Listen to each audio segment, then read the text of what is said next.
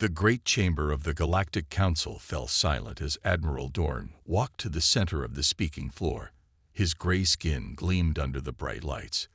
The 17 seats around him held the leaders of the most powerful species in the known universe. They watched him with different kinds of eyes, some with multiple pupils, some that blinked sideways, some that didn't blink at all. "Honorable council members," Dorn said, his voice deep and confident, "I bring news of a planet rich in resources we need. The natives are primitive. Their technology is basic. My forces can take control with minimal effort." Elder Trell leaned forward in his seat. He was the oldest member of the council, his skin pale blue and wrinkled with age.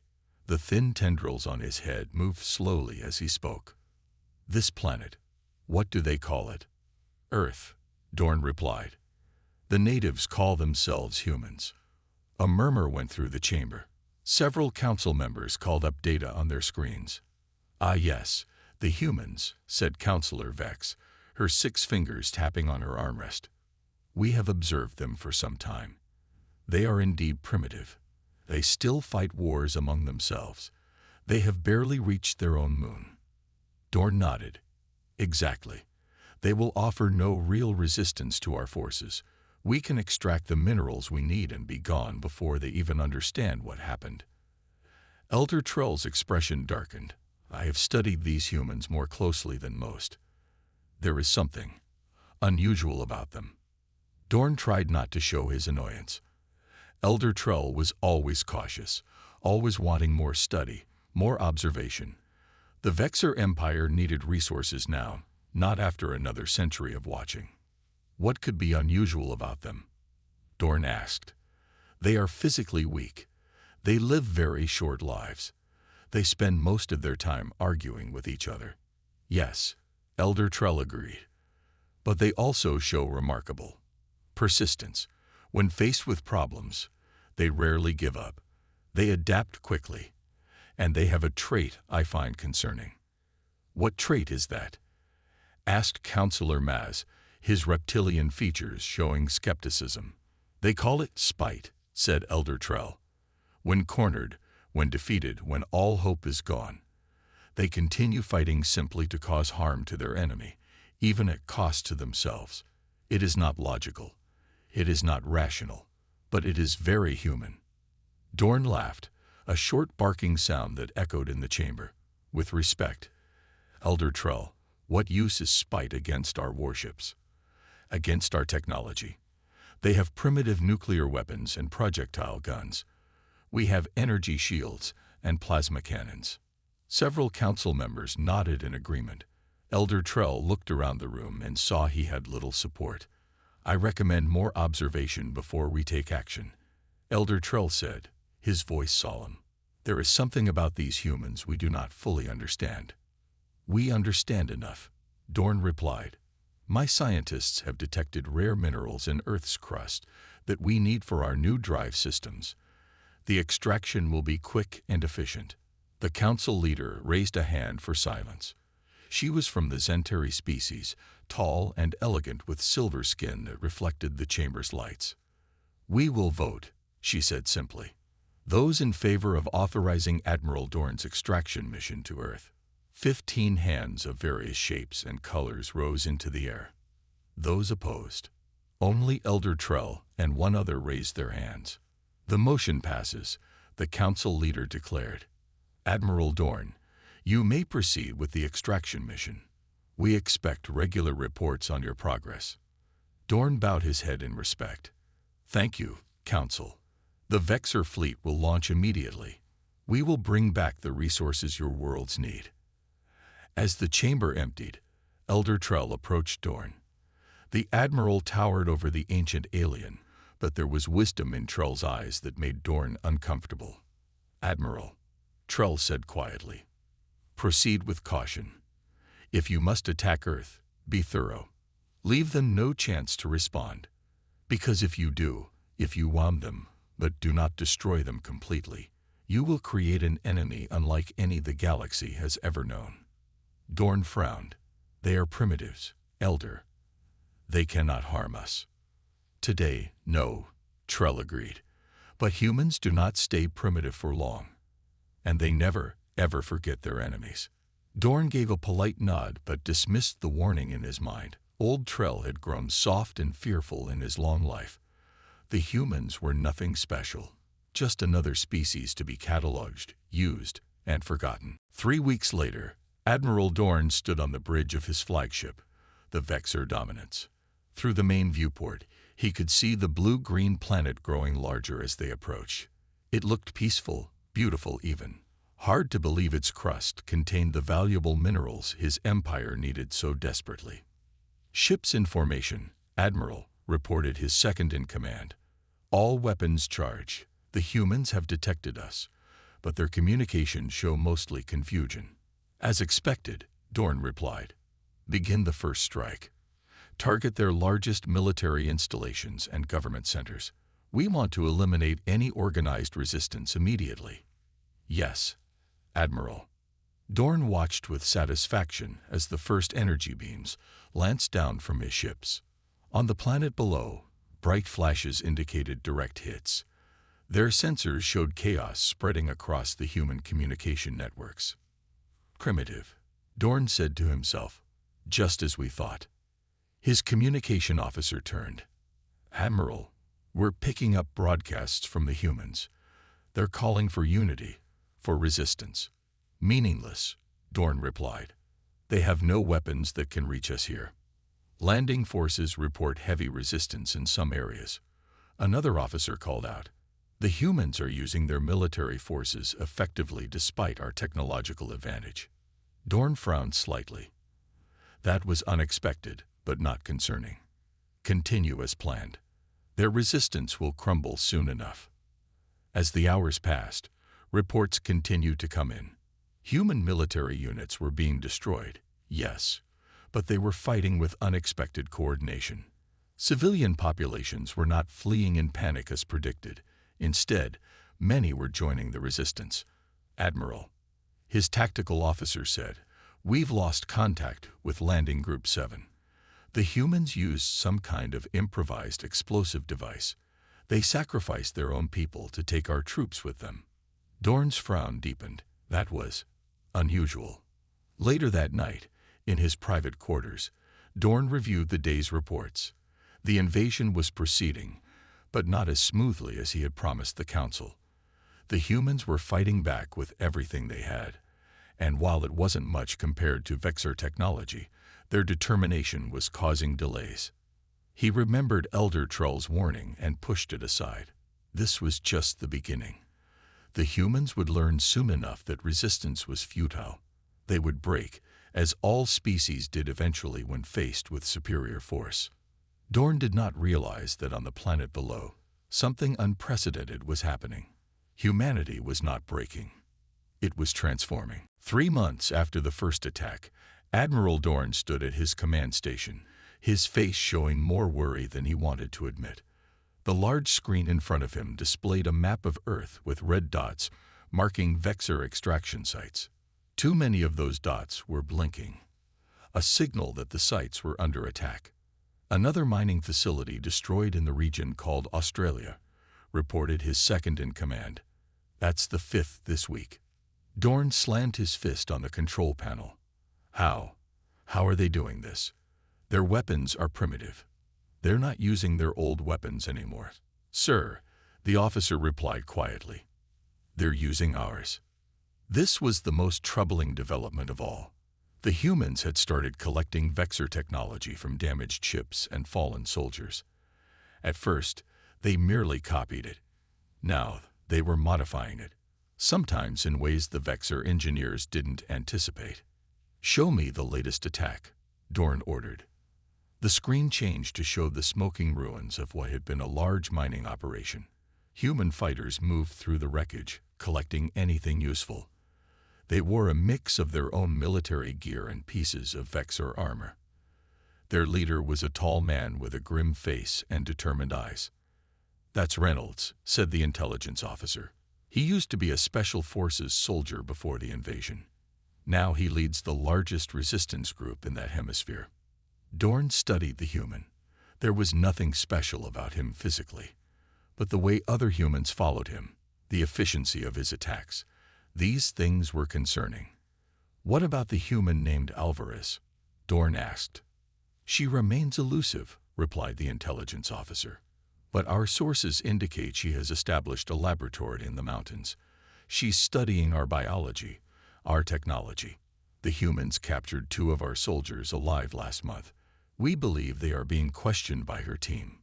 Dorn felt a chill. This was not how extraction missions were supposed to go. By now, the humans should have accepted defeat. They should be hiding, surviving, perhaps occasionally fighting small battles they couldn't win. Instead, they were organizing worldwide. They were learning, adapting. And the scientist, Okoro. The intelligence officer touched his screen, bringing up new images. He has established what the humans call the reverse engineering center in the ruins of a university. They've already duplicated our communication systems. They've improved their primitive projectile weapons using our power sources. Dorn turned away from the screens. This mission was becoming a disaster. He had promised the council a quick, clean extraction operation. 6 months at most, he had said. Get in, take the resources, get out. The humans would rebuild, eventually, but the Vexor would be long gone. Instead, his forces were bogged down in a planet-wide war that showed no signs of ending. Worse, with each passing day, the technological gap between the Vexor and the humans was shrinking. Send a message to all commanders, Dorn ordered. Pull back from isolated outposts. Concentrate our forces at the major extraction sites. We need to complete our mission and leave this planet. Sir, his second-in-command said hesitantly, some of the men are afraid. The humans fight differently than any species we've encountered. They don't retreat when they should. They sacrifice themselves to take out our positions. And now there are rumors. What rumors? Dorn demanded. That the humans have sworn a blood oath to follow us back to our homeworlds if we leave. That they will hunt us across the stars. Dorn laughed, but the sound was hollow even to his own ears. With what ships? They barely had space stations when we arrived. Sir, they captured 3 of our scout ships intact. The engineers believe they could be operational under human control. Dorn felt that chill again. Elder Troll's warning echoed in his mind. If you wound them, but do not destroy them completely, you will create an enemy unlike any the galaxy has ever known. In the ruins of what had once been Chicago, General Jack Reynolds looked at the map spread across the makeshift table. Around him stood the leaders of the global resistance, men and women who had been ordinary citizens before the invasion. Now they were warriors, strategists, the last hope of humanity. Dr. Alvarez, what's the status of Project Mirror? Reynolds asked. Maria Alvarez pushed her glasses up on her nose. The former medical researcher now led the team studying alien technology and biology. We've cracked their communication codes, she said. We can listen to all their transmissions now. And we've identified weaknesses in their armor. The new ammunition Professor Okoro developed can penetrate it at close range. Thomas Okoro nodded. The materials scientist had lost his family in the first attacks. Now he worked day and night to turn the aliens' technology against them. We've also made progress on their ship systems, Okoro said. The scout vessel we captured last month, we can fly it now. Not into space yet, but soon. Very soon. Reynolds looked around at his team. 6 months ago, they had been fighting with whatever weapons they could find. Now they had a real chance. The aliens are pulling back, Reynolds said. Consolidating their forces. They're preparing to leave. Let them try, said Lai, a former farmer who now commanded the Asian resistance. We won't stop at driving them from Earth. Reynolds nodded. That's right. Dorn thinks he can just take what he wants and leave. But we've all sworn the oath. We will hunt them across the stars if necessary. We will find their homeworlds. The captured aliens have told us much, Alvarez added. They call themselves the Vexor.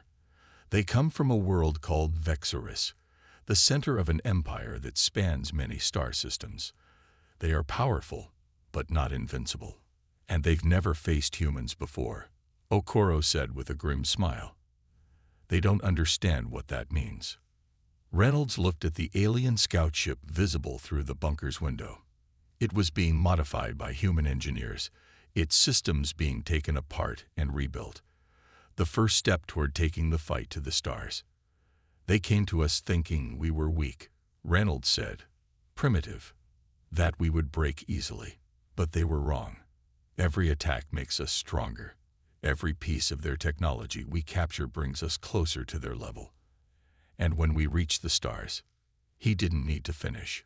Everyone in the room knew the vow they had taken. Earth would not just survive. It would prevail. And the Vexor would learn, too late, the mistake they had made in attacking humanity. On his flagship orbiting Earth, Admiral Dorn received the latest report from the ground forces. Another major extraction site had been overrun. The humans had used captured Vexor weapons with shocking efficiency. Worse, they had taken the site's communication array intact. For the first time in his career, Dorn composed a message he had never thought he would send. To the Galactic Council, he dictated, "The Earth extraction mission faces unexpected difficulties. The humans have proven more adaptable than anticipated. I formally request reinforcements to complete the operation." As he sent the message, Dorn looked down at the blue planet below. From space, it looked peaceful, but he knew better now. On that world, a species that had barely touched the stars was preparing to bring war to the galaxy. And it was his fault. The emergency meeting chamber of the Galactic Council buzzed with nervous energy. All 17 council members were present, their faces showing various degrees of concern. At the center of the room, a large hologram displayed Admiral Dorn's latest report from Earth. 2 standard years, said Council Leader Zenteri, her silver skin reflecting the blue light of the hologram. 2 years, and the extraction mission is still not complete. Elder Trell sat quietly, his ancient eyes watching his fellow council members. He had warned them, but they had not listened. Now they were beginning to understand. Admiral Dorn requests additional forces, said Councillor Vex, reading from the report. He states that the humans have adapted to our technology at an unprecedented rate. They have formed a global resistance force. They have even begun launching attacks on our bases on their moon and the planet they call Mars. Impossible, said Councillor Maz, his reptilian features twisted in disbelief. They were primitive when we arrived. How could they advance so quickly? Elder Trell finally spoke, his voice soft but carrying throughout the chamber. I warned you about the humans. They possess a quality we have never encountered before. When faced with extinction, most species surrender. Humans fight harder. What do you recommend, Elder? Asked the council leader. Should we send reinforcements as Dorn requests? Trell shook his head slowly. It is too late for that. The humans now know we exist.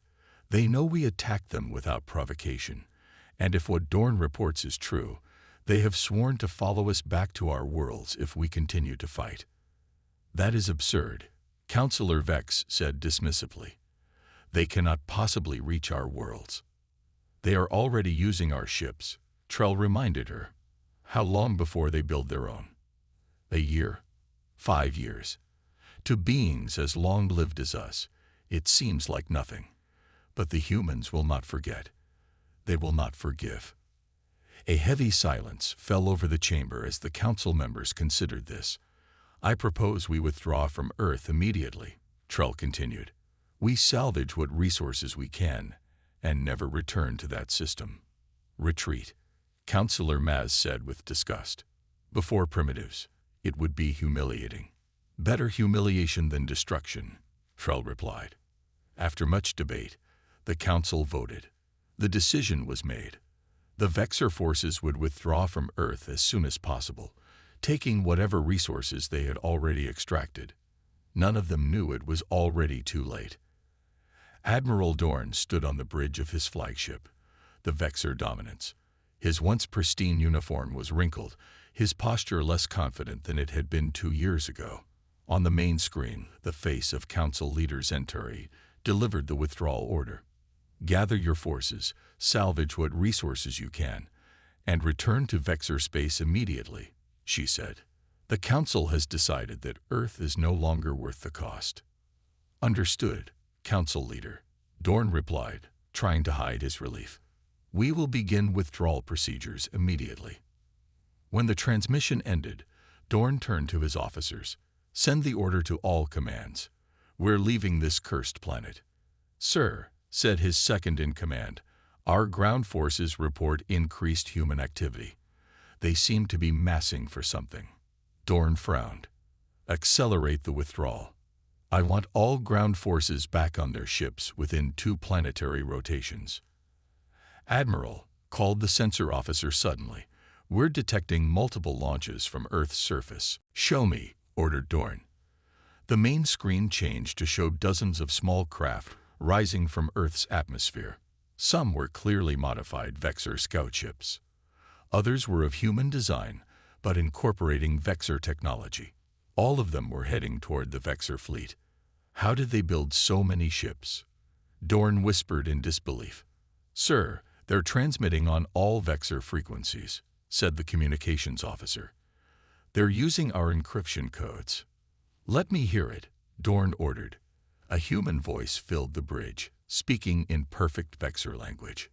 This is General Jack Reynolds of the United Earth Defense Force to all Vexor vessels. You came to our world uninvited. You killed millions of our people. Your withdrawal will not save you. Surrender or be destroyed. Dorn stared at the screen in shock. Battle stations. Prepare tow. He never finished the order. The ship rocked violently as explosions erupted throughout the fleet, not from the approaching human ships, but from within the Vexor vessels themselves. Internal explosions on multiple ships. Admiral, shouted the tactical officer. Our engines are failing. Weapons systems offline. How is this possible? Dorn demanded. Sir, it appears the humans infiltrated our fleet. They planted devices on our ships. And, sir, the devices bear the signature of Vexor technology. They used our own weapons against us. Dorn realized with horror what had happened. While he had been fighting the obvious human resistance, others had been working in secret, studying Vexor technology, learning their weaknesses, planning this moment. Sir, the human ships are boarding disabled vessels. Our crews report they can't repel them. The humans are using some kind of gas that affects only Vexor physiology. Dr. Alvarez, Dorn said, remembering the human scientist who had been studying captured Vexor soldiers. She found a weakness in our biology. Within hours, the situation became clear. The Vexor fleet was crippled. Half the ships had been captured intact. The rest, including Dorn's flagship, were surrounded by human vessels that had adapted Vexor weapon systems. When General Reynolds himself boarded the Vexor Dominance, Admiral Dorn was waiting on the bridge. There was no point in fighting any longer. Admiral Dorn, Reynolds said, walking onto the bridge with a group of human soldiers. I've been looking forward to meeting you. General Reynolds, Dorn replied stiffly. I assume you've come to accept my surrender. Reynolds smiled, but there was no warmth in it. Yes, but more importantly, I've come for your navigation data and your communication codes. We want to know where your homeworld is. Dorn felt cold fear grip him. What do you intend to do? Exactly what we promised, Reynolds said. You attacked us without cause. You killed millions of our people. Did you think we would just let you leave? That we would rebuild and forget? Humans don't work that way, Admiral. We're coming for all of you, not just the Vexor, but anyone who supported this attack on our world. The Council ordered our withdrawal, Dorn said desperately.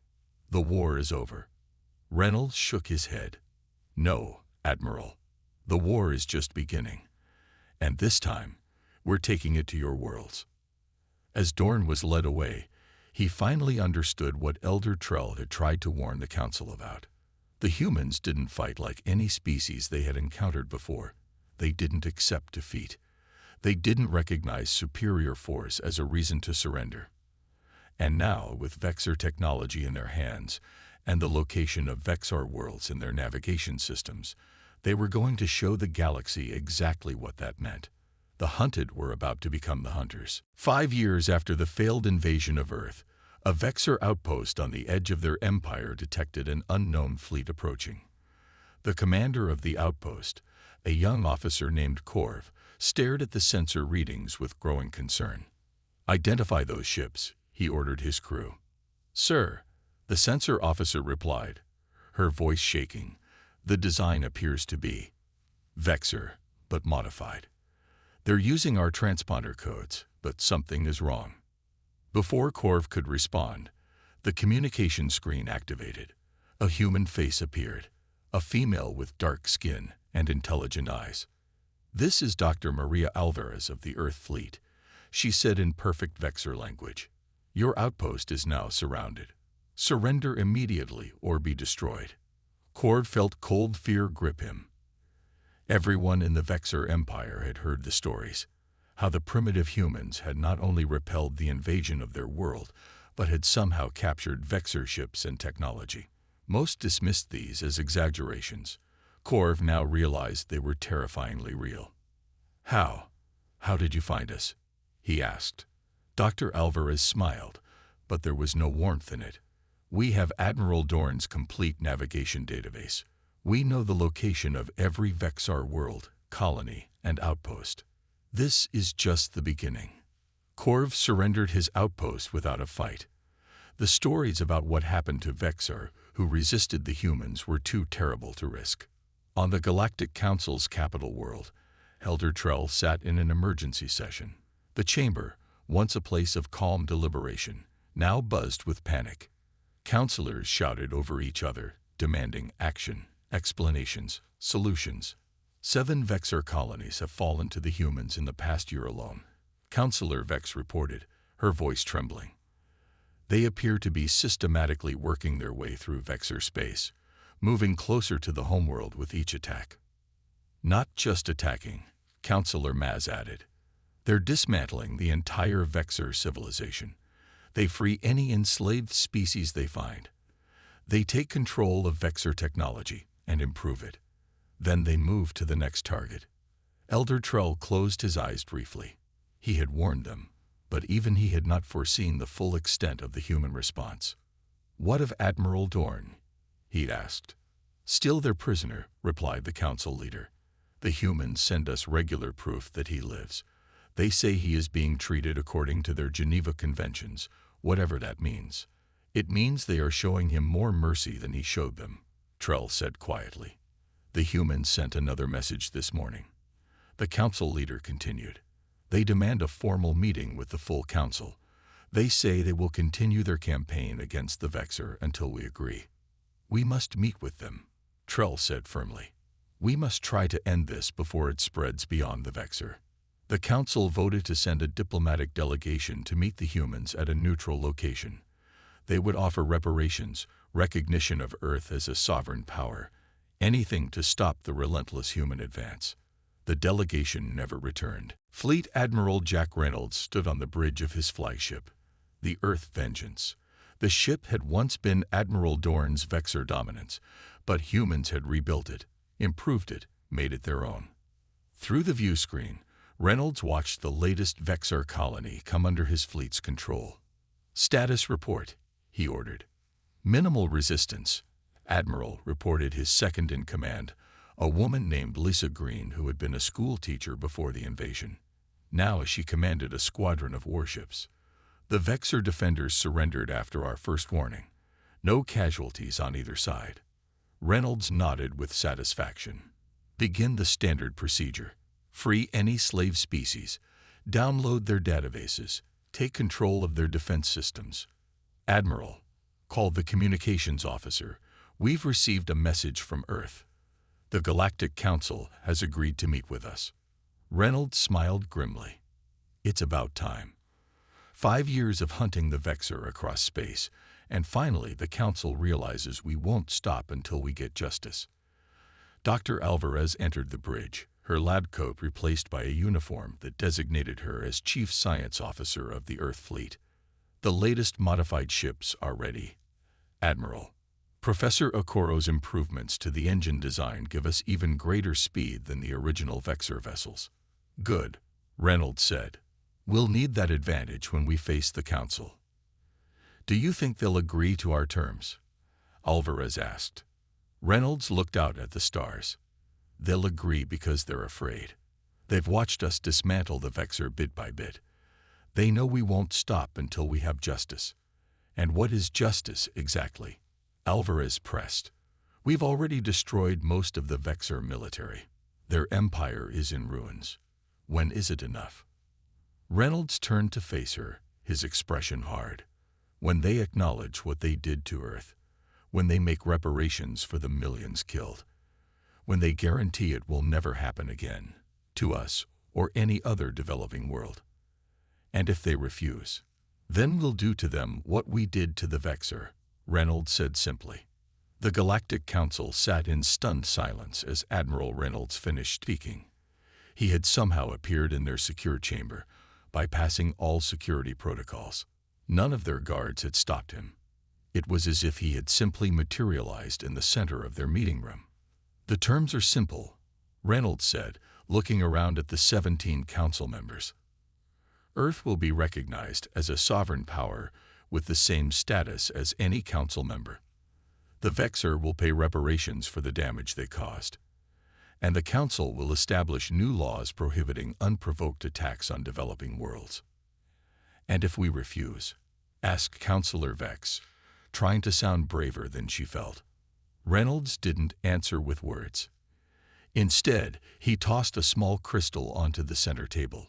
It projected a hologram showing detailed information about every council member's homeworld, defense systems, population centers, biological vulnerabilities. We know everything about you, Reynolds said calmly. Your strengths, your weaknesses. We've already infiltrated your societies. We've studied your biology just as carefully as Dr. Alvarez studied the Vexor. We don't want war with the entire Galactic Council, but make no mistake, if forced to fight, we will. And we will win. You're just one species, Councillor Maz said. You can't possibly defeat all of us. Reynolds smiled coldly. 5 years ago, we were a primitive species that had barely reached our own moon. Look at us now. Do you really want to see what we can do in another 5 years? When Reynolds left the chamber, the council remained silent for several minutes. Finally, Elder Trell spoke. I warned you about the humans, he said softly. Now you understand. They don't fight to conquer. They don't fight for resources. They fight because they were attacked, and they will not stop until they believe justice has been served. What should we do? Asked the council leader. Give them what they want, Trell replied, and pray they are satisfied with that. As the council debated, Reynolds returned to his ship. We've delivered our message, he told his officers. Now we wait for their response. And if they refuse? Asked Green. Reynolds looked at the distant stars. Then we show them why the Vexor now tell their children. Never attack the humans. They will hunt you forever. 10 years after the Vexor invasion of Earth, the galaxy had changed forever. On what was once the Galactic Council's capital world, a grand new building stood, the Hall of Unity. Inside its enormous main chamber, representatives from over 30 species gathered for a historic moment. Admiral Jack Reynolds, now showing gray in his hair and lines on his face from a decade of war, stood at the center of the chamber. He wore a formal uniform with Earth's new symbol, a blue planet with stars spreading outward from it like reaching hands. Today, Reynolds said, his voice carrying to every corner of the hall, we signed the Terran Accords. These agreements will establish new rules for all spacefaring civilizations. No developed world may attack a developing one. No species may enslave another. All worlds have the right to determine their own future. Around the chamber, representatives nodded. Some did so eagerly, others with reluctance, but all understood the alternative to agreement. 10 years ago, Reynolds continued, humans didn't know other intelligent life existed in the galaxy. We were attacked without warning, without cause. Millions died. Our cities burned. The Vexor came to take what they wanted and leave us in ruins. He paused, looking around the chamber. Many eyes looked down, unable to meet his gaze. But humans don't accept defeat. We fought back. We learned. We adapted. And when we drove the invaders from our world, we didn't stop there. We followed them across the stars to ensure such an attack would never happen again, to us or any other developing world. At the front of the chamber sat the former Admiral Dorn. His once proud bearing was gone. He had spent 10 years as a prisoner of the humans, treated fairly according to their laws, but a prisoner nonetheless. Now he was here to witness the final transformation of the galaxy. The Vexor Empire no longer exists, Reynolds said, stating what everyone knew. Its worlds have been freed. Its enslaved species have been liberated. Its technology has been shared with those it once dominated. This wasn't revenge, it was justice. Dr. Maria Alvarez stood near Reynolds. She had become Earth's chief diplomat, using her deep understanding of alien biology and psychology to build bridges where possible. Humans don't want to rule the galaxy, she added, stepping forward. We want to build something better than what existed before. A true partnership of worlds where strength doesn't give the right to dominate. Professor Thomas Okoro, who had revolutionized space travel with his improvements to Vexor technology, nodded from his place in the Earth delegation. We've shared our innovations freely with all peaceful worlds. Together, we can accomplish more than any single species could alone. Elder Trell, the only original council member still in his position, rose slowly to speak. The chamber fell silent with respect for the ancient alien who had tried to warn the galaxy about humanity. I told my colleagues years ago about the unique qualities of humans, Trell said, his voice thin with age. But even I underestimated them. When attacked, they do not simply defend. They transform. They adapt not just their technology, but their entire society to meet the threat. Trell turned to face Reynolds directly. You could have destroyed us all. The Vexor, certainly, perhaps even the council worlds that supported them. You had the capability. But you chose a different path. Why? Reynolds looked thoughtful. Because destruction isn't our purpose. We fought because we had to. We pursued the Vexor across space because justice demanded it. But humans don't want endless war. We want to build, to grow, to explore. We want a galaxy where species help each other instead of conquering each other. The signing ceremony began. One by one, representatives came forward to mark their agreement to the Terran Accords. Last of all was Dorn, signing on behalf of the remaining Vexor worlds. When he finished, he looked up at Reynolds. You've won completely. My people are broken. Our empire is gone. Are you satisfied now? Reynolds shook his head. This was never about satisfaction or revenge. Admiral, it was about making sure what happened to Earth never happens again. Your people aren't broken. They are freed from an empire built on conquest. In time, the Vexor will find a new path forward as equal partners in the galaxy, not conquerors. After the ceremony, Reynolds stood with Alvarez and Okoro at a viewport, looking out at the fleet of Earth ships in orbit.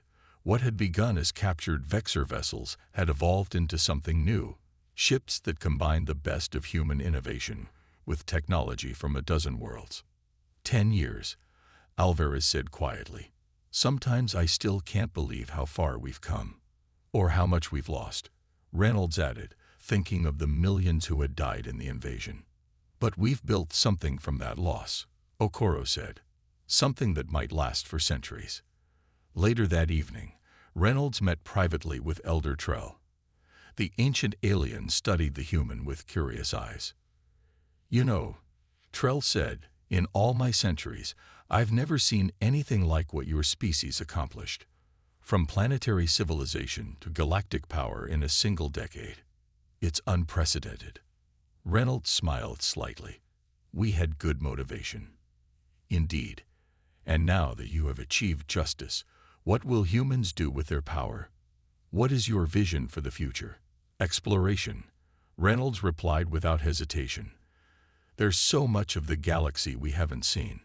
So many mysteries to solve, so much to learn. Humans were just beginning to look outward when the Vexor came. Now we can truly begin that journey. Trell nodded thoughtfully. The Council feared you for your persistence, your determination in war. But perhaps those same qualities will make you great builders of peace. That's our hope, Reynolds said. As Trell turned to leave, he paused. The galaxy will never forget the lesson of Earth. It has become a saying among many worlds now. Do not attack the humans. They will hunt you forever. But perhaps in time, there will be a new saying. Befriend the humans. They will stand with you forever. Reynolds smiled. I'd like that. On Earth, cities had been rebuilt. The scars of war were healing. Children who had been born after the invasion looked up at the night sky and saw not danger, but possibility. Humanity had faced its greatest challenge and emerged transformed. The species that had barely reached its own moon now had ships that traveled between stars. The people who had been divided by borders and differences were now united in their place in the galaxy. The world that had been attacked without warning was now a power that others looked to for protection. It wasn't the future anyone had imagined before the Vexor came, but perhaps it was a better one. In the vast darkness of space, Earth's ships continued their patrols, a reminder to the galaxy of a simple truth. Humanity would defend itself with unmatched determination if threatened, but offered friendship and partnership to all who came in peace. The choice was clear, and after what happened to the Vexor, it was a choice no species would ever get wrong again.